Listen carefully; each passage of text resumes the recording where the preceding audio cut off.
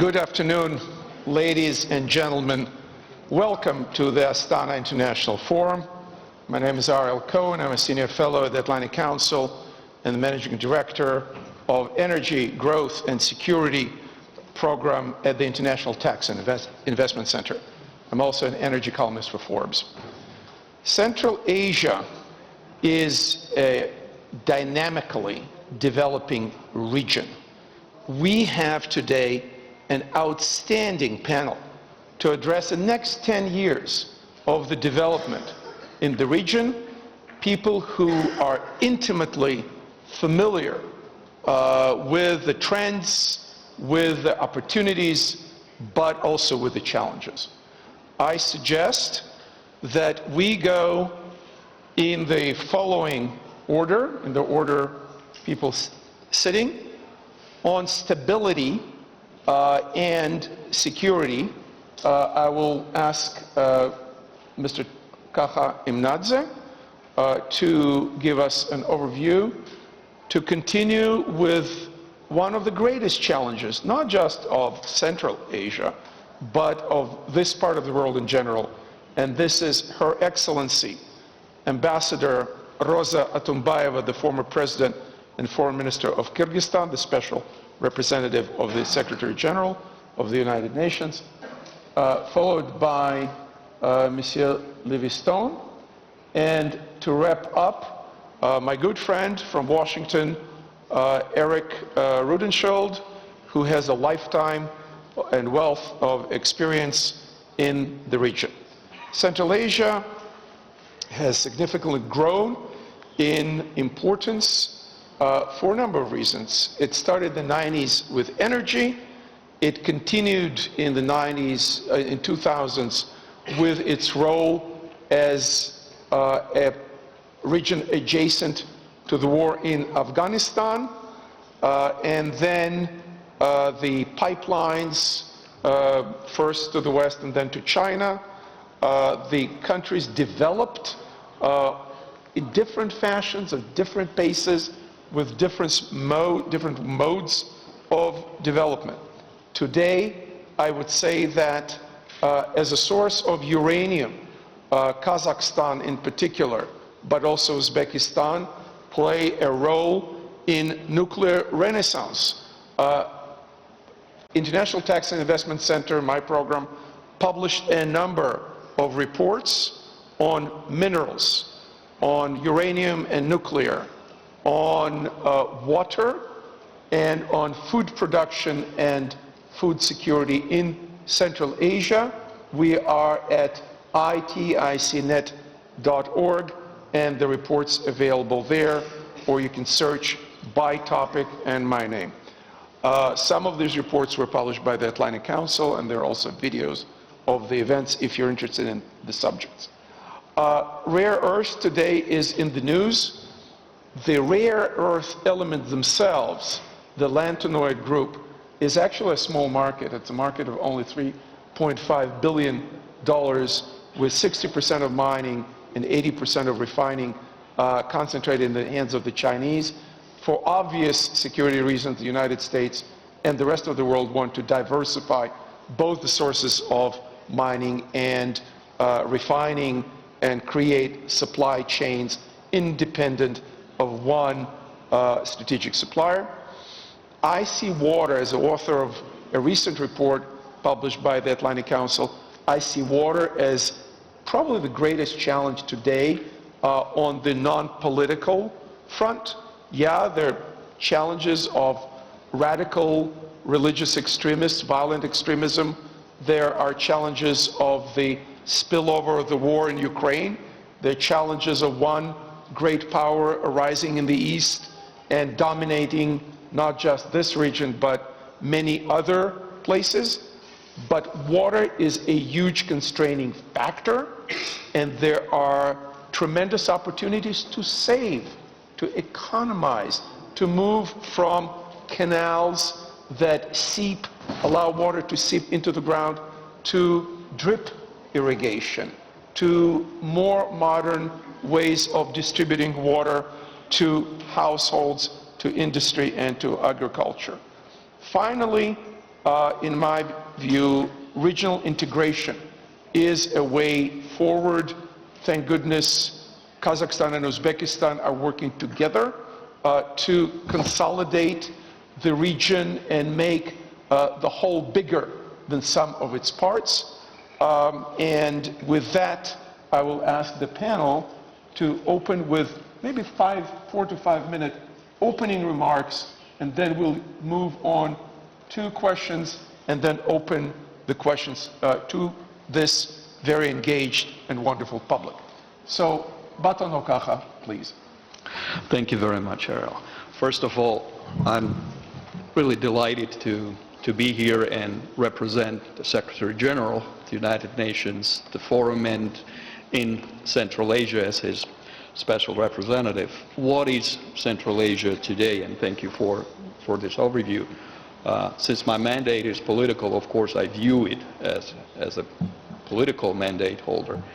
And Central Asia today, being really at the crossroads of geopolitical interests in today's world that is unfortunately marred with geopolitical divide for many reasons, Central Asia gives us a good example of regional cooperation, practical regional integration, and sends, I believe, a powerful message to the rest of the world how neighbors can work together. We recently had a tremendous moment when two countries, Kyrgyzstan and Tajikistan, signed their border agreement. Now, many of you remember how were things just 2 years ago. Now we have this agreement. Two presidents took their political decision, all the political weight on their shoulders, and bilaterally resolved the issue. However, the rest, other presidents of the region, they all contributed, including the international partners and our organization, by creating a very positive climate conducive to such work among the two countries. So there was no one who was doing the shuttle diplomacy, but everybody, including the neighbors of the Central Asia, helped that. And that was a very good message that was sent to the rest of the world. Shortly after, three presidents decided on the sticking point of the three borders of Central Asia. So politically, we do see a very good dynamic. And I was honored to participate and represent the organization at the regional summits, which we call the consultative meeting of the heads of states. And I do see not just a good relationship between the presidents, a very good chemistry among them, which then transcends to the rest of the countries and the rest of the leadership. And this is an important ingredient because one thing that we lack, unfortunately, again, in today's world is the trust. Lack of trust. Even with someone with whom you disagree and take at times diametrically different positions, you do need a degree of trust that you can discuss. Here we have that trust at a very solid basis. Now, given that all, of course, the region, as you mentioned, has critical raw materials, uranium, gas, oil, everything. It's a very good cocktail to have this region as a place of competition and a fierce competition, but also a place of very good cooperation. But what the region wants, the region doesn't want to be an instrument in anybody's hands. Region wants to have many brothers and cooperate with everyone and have really this area as an example of cooperation, even the geopolitical cooperation. Stability of the region is very important. Now, in that sense, this region also faces challenges, and only through regional cooperation they can address these challenges, because these challenges are transboundary by their nature. Whether it's water, as you mentioned, or climate, which comes down to water, or security-related challenges. Transportation is another, because the corridors that gives another very important strategic function to this region. So the foundation of it is the good relations, and we are moving, you mentioned about regionalization, we are moving slowly to that where regional will become structurally more together. But a good basis for that is their history and the common roots that countries of the region do have, and the same vision that togetherness is the key, both internally and to the outside world, to have the region being developed and respond to the challenges that the region is facing.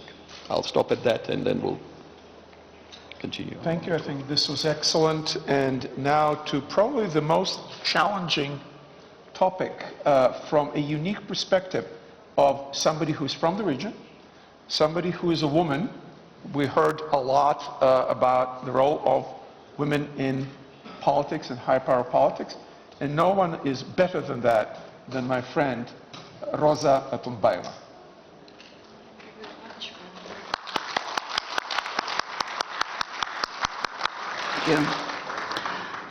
I'm from Kyrgyzstan, I'm from Central Asia, and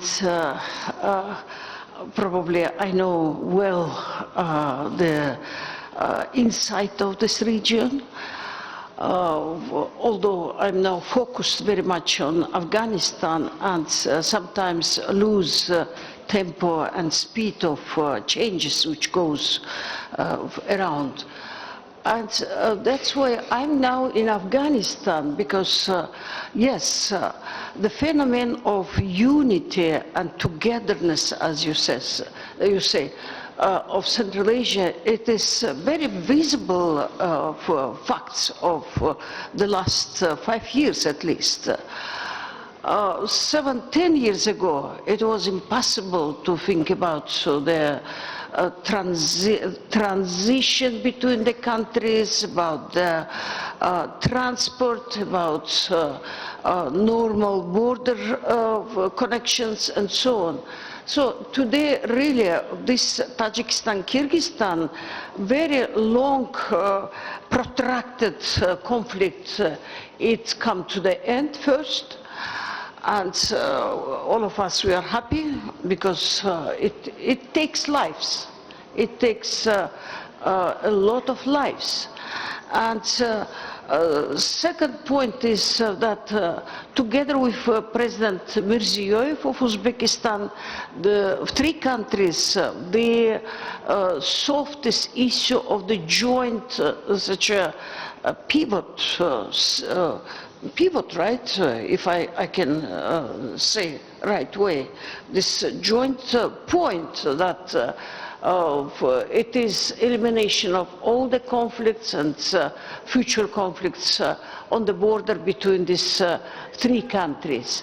So I think these facts would be impossible 7-10 years ago. Now, when right today, Mrs. Meloni, she will meet with 5 Central Asian leaders after this meeting, and they would have another meeting with the European leader, and as Kaja said, 7 consultative meetings took place between the Central Asian presidents.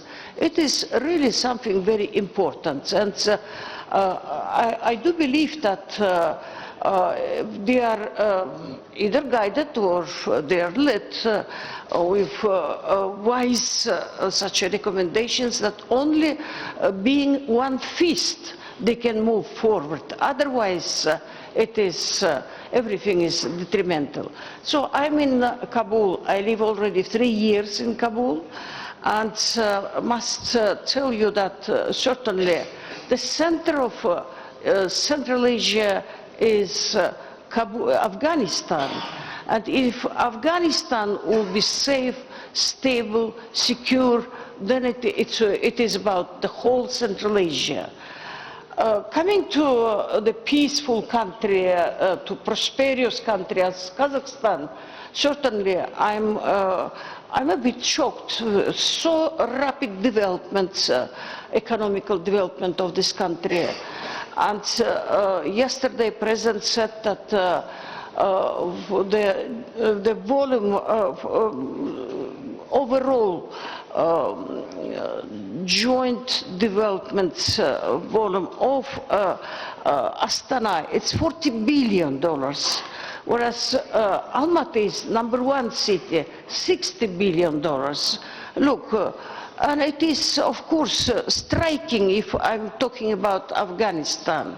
In Afghanistan, out of 40 million people, 23 million, they need humanitarian assistance.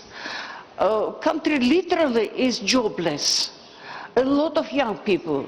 Afghanistan was not 40 million 10 years ago. So it is now 40 million. It's comparable with Uzbekistan, this country. So, and if you can't provide jobs, you can't build any businesses there. They are just raw material for any other terroristic groups. That's why I think all the projects which Central Asian leaders now very energetically push forward, this trans-Afghan road via Afghanistan, from even from Kyrgyzstan, Uzbekistan, and then via Afghanistan to Pakistan, or Kazakhstan proceeds the road via Herat to Iranian ports. This is all this connectivity. It is vital, absolutely vital. These roads. So, and they are long-term investment and long-term projects. Unfortunately, today, young people, overall population needs a lot of assistance. I wish that such forums will be also action forums, not just the talks. And if, for example, I'm talking about Afghanistan, this is a very special project. Needs for settlement of refugees or returnees coming from Pakistan, Iran. Need to help women. All of us, we are worried about women, but let us do something. Ladies of Kazakhstan, you can't imagine what is the situation of women in Afghanistan. They can't study, they can't work, they can't go out of the house without mahram. So, I mean, this is such a situation unbearable. So, let us help, let us do some projects also. That's my proposal. Thank you so much, Ambassador Otunbayeva. A lot of food for thought for international organizations, for a country that is in deep, deep crisis, for half of the population disempowered, and in the 21st century, we should not be quiet about it. Now, let's continue with Mr. Livingstone, please. Well, hello everyone. First of all, I'd like to thank all the people who made this event possible, and a special thank to my liaison officer, Shinar, who is really remarkable, who sees that everything that concerns me goes well. So, Rahmet Sizge.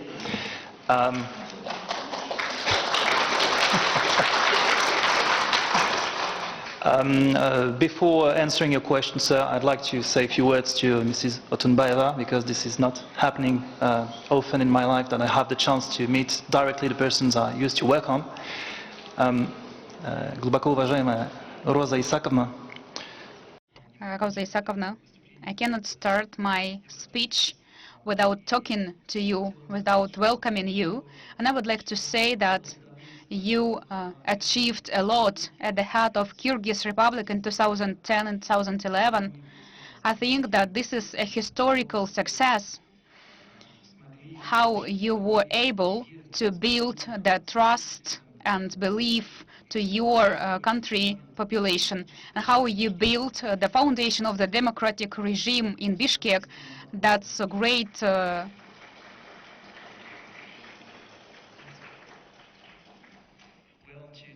To your question, sir, I just want to say two very simple things about Central Asia just to put on the table two very basic ideas.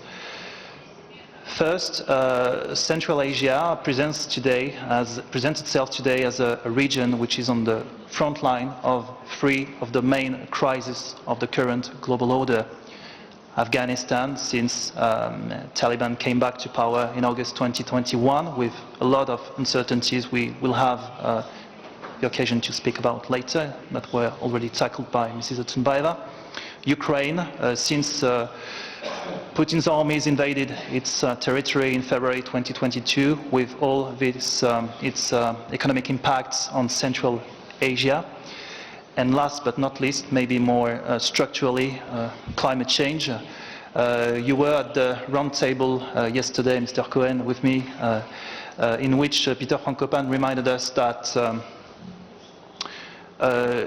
climate change is affecting Central Asian well more rapidly and profoundly than any other region in the world, except maybe the Arctic region. But anyways, this region is already suffering a lot from this phenomena. So in a nutshell, one first idea, Central Asia is facing huge crises, but, and to sound a bit more optimistic, Central Asia, and it has already been said by Mr. Imnadze, as maybe like never before been acting like a coherent actor in international relations. You mentioned, sir, the launching in 2018 of the consultative meetings of head of state you had the honor to be part of recently. Well, it shows that Central Asian presidents today are more willing and inclined to build a dialogue, more constructive, open up, let's say, broaden up the existing opportunities in terms of economy, security, and so forth. So I think it's a huge, let's say, positive impulse for the region on the whole. But let's maybe focus on bilateral relations. Kazakhstan and Uzbekistan used to be to race for the leadership in the region. Since 2022, these two countries enjoy an alliance relations, so this is something huge in my point of view.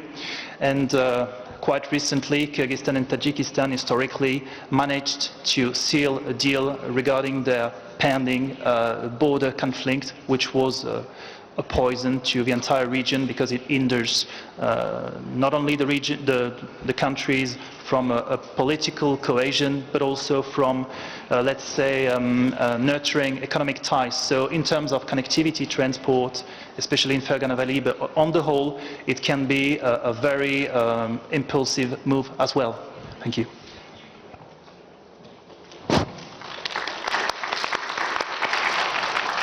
Ahmed, thank you very much. Спасибо большое. Я тоже могу на разных языках. I also can speak different languages. To wrap it up, although I have 4 points I want to make after the wrap up, but to wrap up, I know nobody better than the person who worked at USAID, National Security Council of the United States, and now is a leader at the Caspian Policy Center. A little bit of Caucasus too. Take it away, Eric.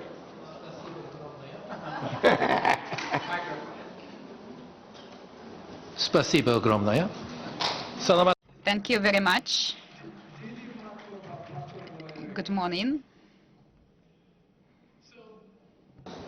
Imagine 10 years ago, would we have had this conference? No. 5 years ago, would we have imagined this conference?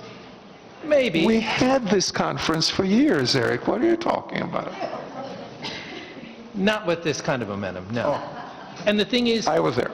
in the last 3 years, things have changed so radically in this region that it is difficult to follow the pace of change. If you are not here, if you're not reading about this constantly, and even if you are, things are happening at a rate that is just astronomical. It used to be Central Asia was a very sleepy place where not much was happening. That's not the case anymore, and that's the challenge. for people who look at this region to try to understand what on earth is going on. What is possible? So I'm going to talk about three things today, and I apologize, I'm fairly jet-lagged, so I took some notes. And I'll be quick, I promise, Ariel. So I want you to think about connectivity, cooperation, and what I call conversion. So if you look at the middle corridor, what a remarkable development in the last 3 years. You have this transit corridor that has come out of almost nowhere. And it is serving a function of bringing these countries together, but also being able to transit goods and avoid sanctions that exist with Russia. The goals of this corridor are to reduce time for the transit of goods, to reduce the cost of transit of goods so that the corridor is competitive, and to increase the trade flow through the region. And it is doing all of those things at a pace that seems almost astounding. I remember sitting with a colleague a couple of years ago who was saying, well, no, that will never happen. It's already happened. That's the challenge of this region. If you look at Uzbekistan, it joined GSP Plus, basically getting duty-free trade with Europe last year. In 1 year, they've doubled their trade with Europe, in a year only. Middle corridor freight volume has increased in 2024 62%. Amazing. But it shows the connectivity that exists between these countries that helps facilitate this kind of freight trade through the region. You see in this region now interest from China, and so you see the Belt and Road Initiative reaching across the region and investing in the region. You see Europe reaching across the region for the Global Gateway Initiative, and both of these efforts intersect in this region, and in doing so help facilitate the connectivity between the countries of this region. That's not something we would have imagined not too long ago. So I mentioned cooperation, and it's related to connectivity, but I think it's important to look at it a little bit separately. President Tokayev a few weeks ago mentioned the need for a regional cooperation framework that would help the 5 countries of Central Asia be able to facilitate greater coordination and cooperation between each other. There is, for the middle corridor, a load of hard and soft infrastructure needs. Hard infrastructure needs, if you go to the port of Aktau, the water levels have declined so much that 70% of the fenders that prevent boats from being damaged as they unload or load cargo are no longer useful. If you go to Almaty and you watch the trains try to connect through, it's a bottleneck and it needs to be fixed. There's a lot of these kinds of things, and a lot of the funding for assistance is focused on those things, but there's soft infrastructure that's also needed. And that soft infrastructure is what these countries are actually working to try and tackle at this point and need to do more of. And that's regulatory frameworks, it's dealing with border inefficiencies, it's the digitalization that will actually enable freight to move through at a rocket speed as opposed to the fast freight speed that it does now. What we see, and I think what's been alluded to by the other speakers so far, is there is far greater political will now among the 5 Central Asian states than we've ever seen before. Look at these 5 presidents coming together, working together, united, traveling the world, creating opportunities, signing agreements that bring funding to this region, that bring initiatives to this region to help it develop. So political will is key. There is trust building between the countries of this region. So we're not seeing them at war with each other. We're seeing them working with each other in cooperation. That's not something we have been used to seeing in the not too distant past. And of course, coordination is key. Now I mentioned the third point, my last point, conversion. What on earth was I thinking about when I wrote that down? Well, we have to change the way we think about this region. People look at this region as if it was 20 years ago or even 10 years ago, and it's just simply outdated thinking. We see it as an alternative corridor for the northern corridor or someplace else. It is no longer an alternative corridor. It is a main thoroughfare for freight and trade. It is an intercontinental trade hub. Central Asia has been elevated to a point that was, again, unimaginable not too long ago. I don't think you can, if you task me to look at the next decade and how this crossroads develops, you can't look at Central Asia alone without looking at Azerbaijan and the rest of the Caucasus, because it is a unit that comes together. Without the port in Baku, Central Asia has no place to send its goods. Sanctions have bottled it in. But because of sanctions, the region has also pushed westward and forged new cooperation that you wouldn't have seen otherwise. You know, it's going to take time for the region to convert from what it is now to the future, and I think 10 years is maybe a reasonable amount of time for so much that's going to be done. 80% of Kazakhstan's exports are raw materials. That needs to transition to something else, and the government is working to increase manufacturing. That's a positive transition. That's something I think that we'll see more of in the coming days. This is a resilient region. When the rest of the world is facing all sorts of global trade challenges, this region is growing and building. You know, the war between Russia and Ukraine is not going to last forever. The sanctions regimes that bottle this region up are not going to last forever. And so what you need to see in this region across the next decade for it to really continue its phenomenal growth is more of this cooperation and coordination. This region right now is a sort of a frontier for foreign direct investment. There's tens of billions of dollars that are being committed to development in this region. That's a pretty phenomenal amount. Is it worth it? Proof of concept. The Maersk company moved a freight train from Japan to China, across Central Asia, across the Caucasus, to Europe in 22 days. 3 years ago, if you wanted to move a freight train from Xi'an to the Black Sea, it took 40 days. Much greater distance already now has been tackled. This region is also often spoken of in terms of great power competition. I think that term is outdated at this point. Great power competition sees Central Asia as if it's the a baran in the cock-buru game. It's caught between opposing teams, being pulled, being stretched, and of course at the end it becomes shashlik. But So now baran is alive? no, but I think Central Asia has much more agency now. You see the 5 countries here working together and actually pushing back and being able to do things that, again, were not conceivable not too long ago. They're able to do more. And I think, you know, I appreciate people mentioning climate change, perhaps across the next decade. That may be perhaps the single most critical issue that the region must deal with. The region, and I'll disagree with Ariel for a second just to make it exciting. Not that it isn't exciting already, but using water better, more carefully, is not going to solve climate change.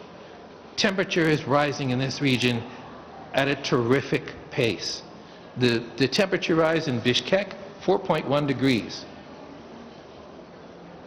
The global tipping point, according to the global experts, is 1.5. Bishkek, 4.1. A third of the glaciers in Central Asia are gone. Where does water in Central Asia come from? Glacial runoff. When the glaciers are gone, there's no more water. There's no groundwater. This is a key issue. And you have people now who are focused on this, and I hope will engage globally and bring that attention here. I'll stop there. Thank you very much. 4 points that I want to bring to the panel. 1, I think we didn't address the issue of sovereignty and territorial integrity of individual states here. It's wonderful that Kyrgyzstan and Tajikistan signed the agreement.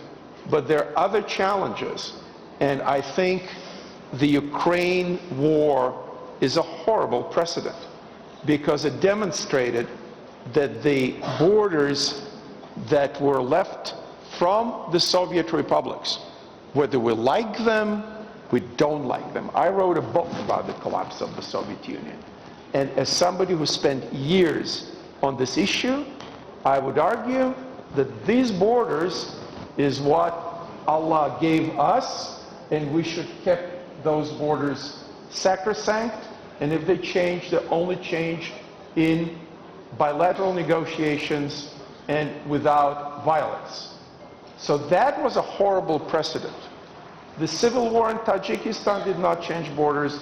The wars in Georgia, on the other hand, that was an earlier precedent, where pieces of Georgia were violently torn away from Georgia, and the same with Moldova, and now with Uzbekistan, with Ukraine.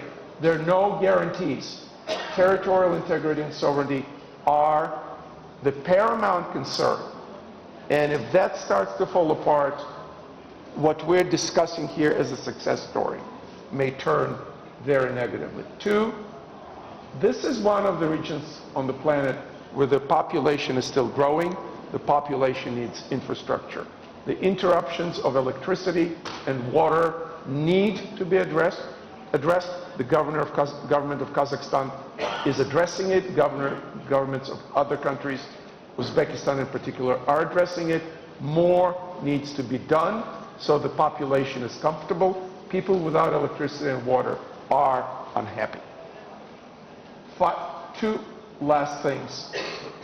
High tech and innovation are the name of the game in the 21st century. And the connected last thing, investment in human capital. Without investment in human capital and education, the transition to knowledge-based economy, to AI-driven growth is going to be challenging. Kazakhstan is addressing that, and more needs to be done with establishment of high-tech incubators, parks, etc. So the last point is Afghanistan. Human capital is relevant to Afghanistan as well. The world does not have resources to feed 23 million people there and 7 million in Sudan, etc., etc. These people need to be given resources. You know, the old USAID motto of teaching people how to fish. Well, they fish today in AI and online and in high tech. But Rosa, we all applaud your efforts, and more needs to be done in encouraging human development and human capital here in the rest of Central Asia and in Afghanistan. With that, I would like the members of the panel to address each other presentations if you have anything to say. If you don't, more time for a wonderful audience. So let's go in reverse order. Eric, I will disagree with you on one thing, and it will be controversial. I think we already lost the fight on climate change. Temperature increase, we need to think about adjustment. And on water, unless the war in Ukraine stops and you can start doing mega projects of bringing water from Russia. There's tons of water in Siberia. I saw rivers in Siberia that I couldn't imagine, that you don't see the other bank of the Lena River. I saw the Ob that takes all this water and sends it to the polar bears in the Arctic Ocean. Some of that water can be brought here. It's old Soviet project. We used to laugh at the mega project at the time. I think that a lot of water was wasted in Central Asia, and Russia, theoretically at least, could sell some of that water to Central Asia. But if you have comments on each other's remarks, please do so now. Well, I think, honestly, I think we've covered an awful lot of territory. You know, if you're looking at the next 10 years, there are so many factors that will influence what this region does and how it does it. I think, you know, Rosie Sakova was absolutely spot on in discussing Afghanistan and its connection to this region. There are efforts to build connectivity through Afghanistan, which will be a game change for Afghanistan itself, but also for the region to be able to reach to the global south, not to be able just to trade westward and eastward, but to trade much more globally. Again, this kind of connectivity elevates the region and empowers it. It gives it the ability to deal with all of the neighbors and all powers, but in its own terms, not terms dictated to the region. And that's economic sovereignty. It's the power of being able to make its own choices. So I stop there. I appreciate her comments. Sure, go ahead. Let me say a few words about Afghanistan as a center of this crossroads. Under a minute. Huh? Меньше минуты. All right. So, thank you for your remark that Afghanistan will be a gateway to the South Asia. We just went to the conference together with Kaha. It was in Termez city of Uzbekistan about the connectivity between Central and South Asia. You see, every country of Central Asia trying to build connectivity, and certainly you are right, Afghanistan, this is their geographical fate, this is their sort of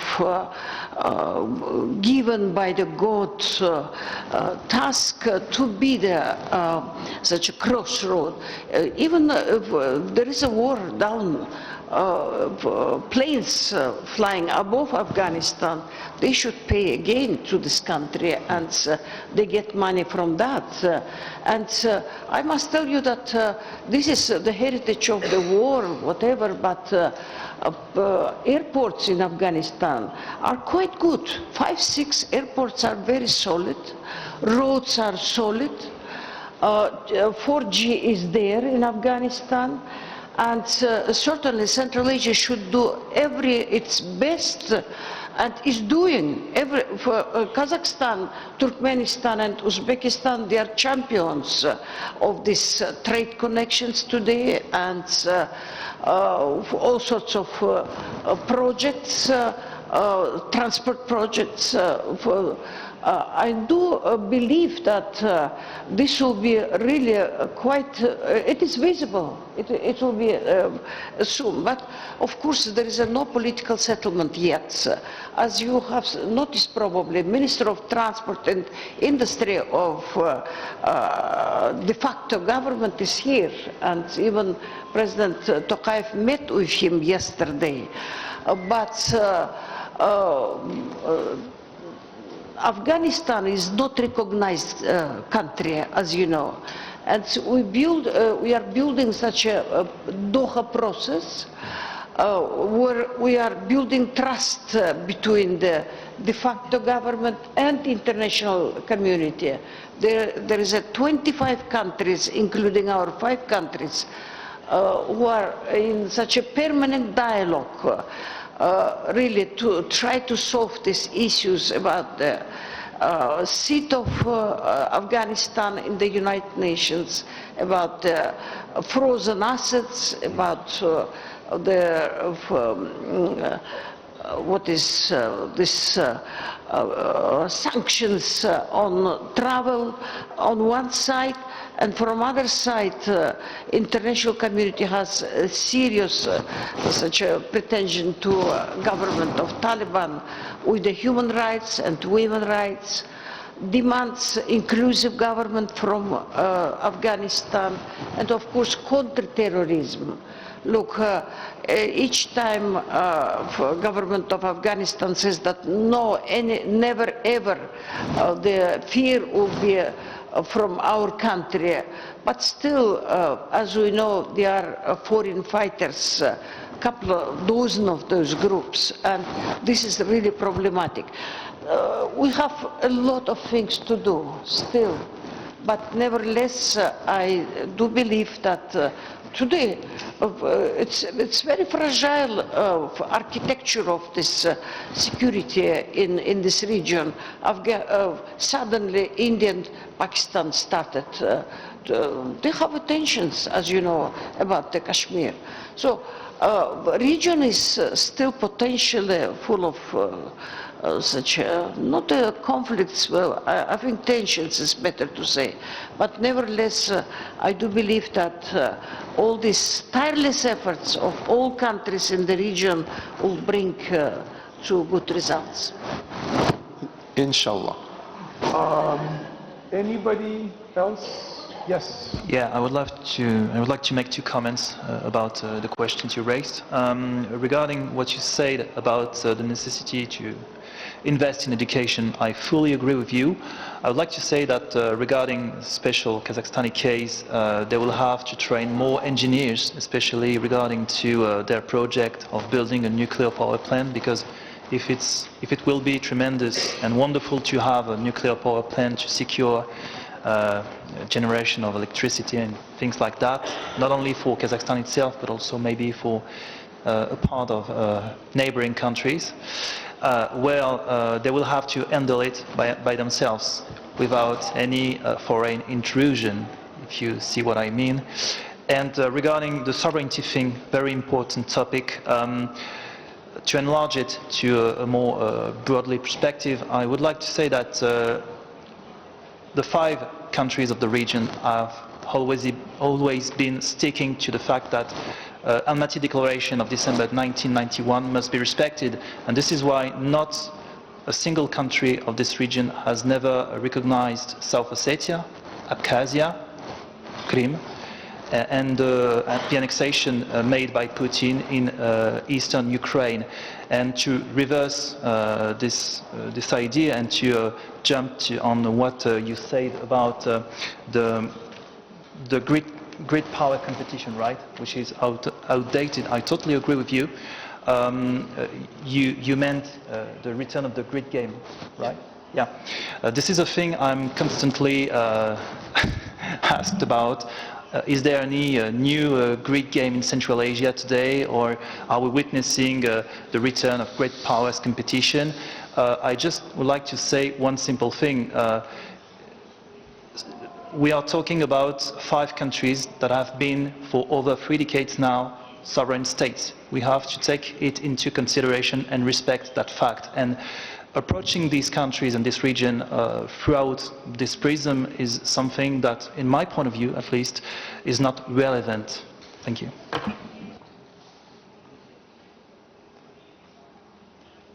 Well, if I may, great game was mentioned, reminded me of a book, but another book by Richard Starr, Enlightenment Lost about Central Asia. And I want to see Central Asia as new renaissance that is coming to this region for many reasons. For such an interest that is towards Central Asia, but also for the political wisdom that I do see in Central Asia, which will make Central Asia able to respond to the challenges. Make Central Asia great again. It would be great for the world, rest of the world too, as a matter of fact. But most important thing is every decision that is made in Central Asia should be made by the Central Asians to have it a sustainable decision, and then to have it as a result being sustainable. I see that happening. I see that happening with regard to water. It's a process, but at least on the platform that we as the United Nations run here, I see that. I see that with regard to the youth and violent extremism, rather countering violent extremism and counter-terrorism, because one of the important assets of the region, to which you alluded to, Ariel, youth. This region is nearly 50% young in terms of population. That's both an asset, but if it's not addressed properly, that could be a serious challenge, because fight today is not only about the resources, it's also about the minds of the people. 100%. I'll stop at that. Yeah. So we have 7 minutes for questions, and I stress questions from the audience. Are there mics? No mics. So speak up, project. Introduce yourself, tell your name and affiliation, and make it a question, not a long comment. Thank you. Давайте. Без микрофона. Без микрофона. Очень приятно, меня зовут Оскар Джапаров, я бренд-менеджер. На мой взгляд, мы немножко узко сегодня рассматриваем вопрос.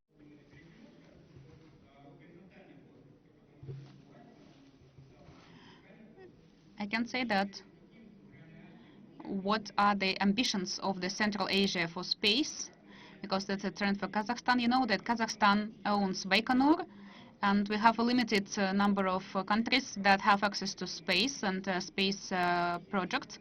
And how do we plan it for the space issues? How can we implement our missions? How Central Asian countries can implement it? Now, space, Kazakhstan owns Baikonur, which of course is leased out to Russia till 2040 something. Any comments from the panel?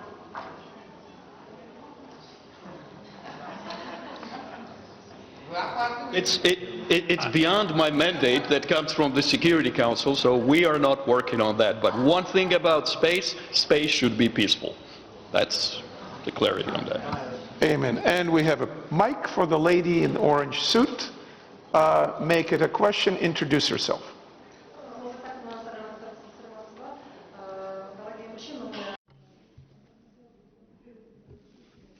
I would like to express my sincere gratitude to our speakers. And so I would like to express my gratitude to all the speakers. In the framework of the global conflicts and impact of Russia, China, West to Central Asian countries, what Central Asia should make in order to preserve its sovereignty. Keep your sovereignty. Real quick, 30 seconds. Who has something to say? So I think we are seeing countries in this region working to develop strong systems to maintain and to actually enhance their sovereignty, if I can say that.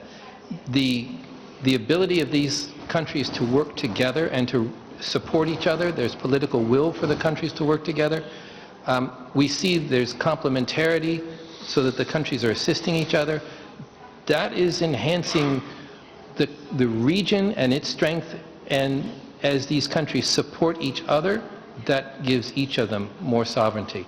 I mean, obviously, Russia, China, they're big neighbors with big power, but you also see the region reaching across in other directions and balancing those powers. And so I think you watch them balance with real skill these different powers. That's not something we saw before. We see it now.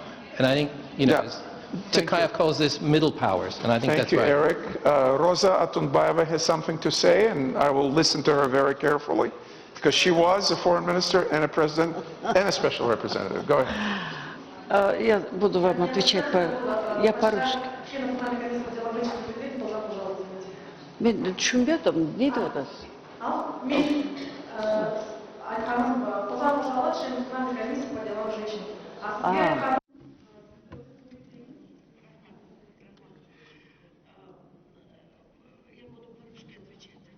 I will reply in Russian.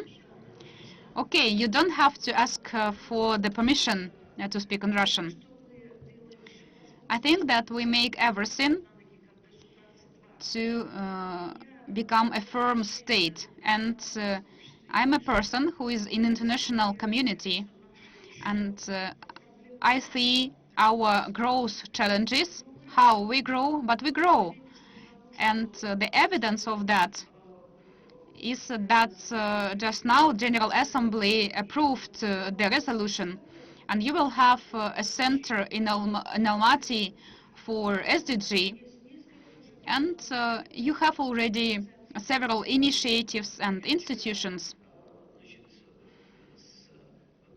Yesterday, I talked to the head of SIK, and this organization can cooperate here in Afghanistan needs the organization like this. So you have a religion alliance. And you understand, you are on the way to maturity. We have young diplomacy, and we still have space to grow. I would like the United Nations would forward more diplomats to the Central Asia. Of course, we have lingua franca for English language, but definitely French is needed. French language is needed. Anyway, English language should be impeccable. We have the only Kazakh person, Kasenov Arman, who works in UNAMI. We do not have any other Kazakh persons in UNAMI. We have couple of Uzbek people, and we need the maturity like this. We have a conflict in our center, and we need to resolve it. We understand, and we have to be in the middle of it. And I think that this can be a compliment toward the head of the state, but this vision allows you to see that such focal points are needed. Thank you, Rosa, for your comments. We are limited in time. I would like to add that multi-vector policy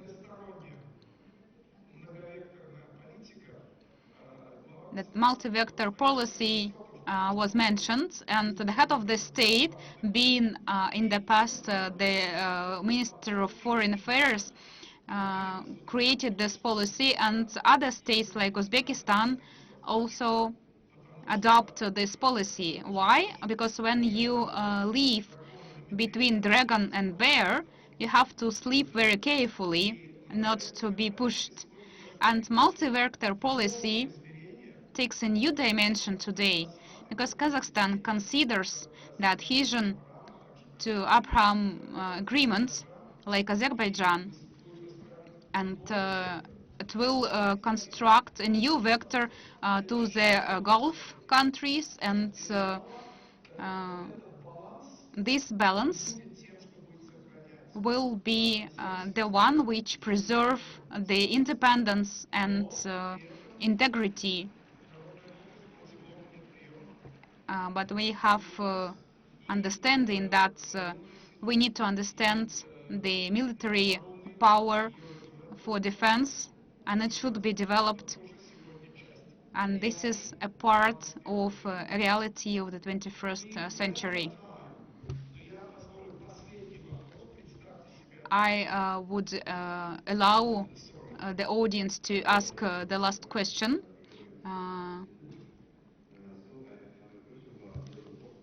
As I mentioned before, population in our region, especially in Central Asia, is growing.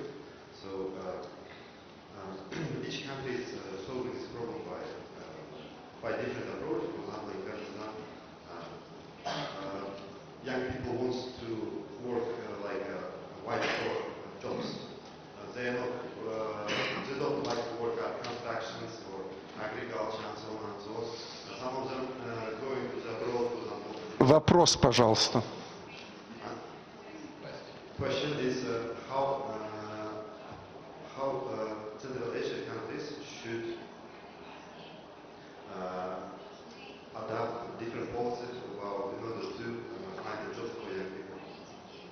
Very good question. Who wants to take it? How you adopt policy to address the youth bulge, the big population of young people, and what do you do about it? I think we see a lot of construction taking place in the region, which is providing work for many people who used to travel to Russia for labor migrancy, and they're coming back to the region and there are jobs there, but it's not the white-collar jobs. And that's also one of the things as we see the move for digitalization and tech hubs starting to form in almost every country now. I think that's a wave of the future. I've listened to leaders in the countries talking about, moving in the direction of making Central Asia more of a tech hub, and I think that's probably something that a more educated workforce can actually achieve in the near future. And it's a challenge because with AI, with artificial intelligence, a lot of code writing and simpler code writing that used to be done in India or Vietnam, now the AI will do it. So you need to adjust the education and training of people here in Kazakhstan so they can be a part of this AI adjustment and revolution. Real quick, and we're going to wrap up. Yeah. I want to say, just recently I was back to home and I have seen in construction so many people from India, Pakistan, from Bangladesh, in my country, in Kyrgyzstan, which can't compete with Kazakhstan in many ways.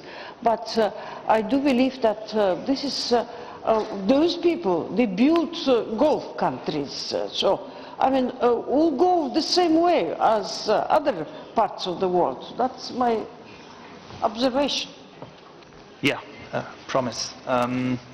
You have to also, and to get back to what was said regarding a diversification effort away from Russia, you have to partner up with as many different, let's say, powers as possible. For example, if you want to improve your energy transition, it will go on with Europe, with China, which has the know-how, the funds, but seemingly not with Russia today. And maybe just to answer a part of your question about how to keep your sovereignty apace, I would like to say that just one thing. Uzbekistan managed to solve its issue borders with Kyrgyzstan and with Tajikistan by itself. Kyrgyzstan and Tajikistan managed to do so between themselves, by themselves, without any foreign intrusion. So this is a big signal of how vigorous and relevant your foreign policies and your states might happen to be in the end. Okay, I want to thank the panelists, Eric, Michelle, Rosa Isakovna, and Kaha. Thank you very much. I want to thank the audience. Uyim dastarushelar men kati.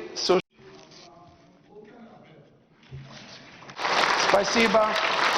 Thank you very much to everyone. Thank you. Photo? I don't know what I said.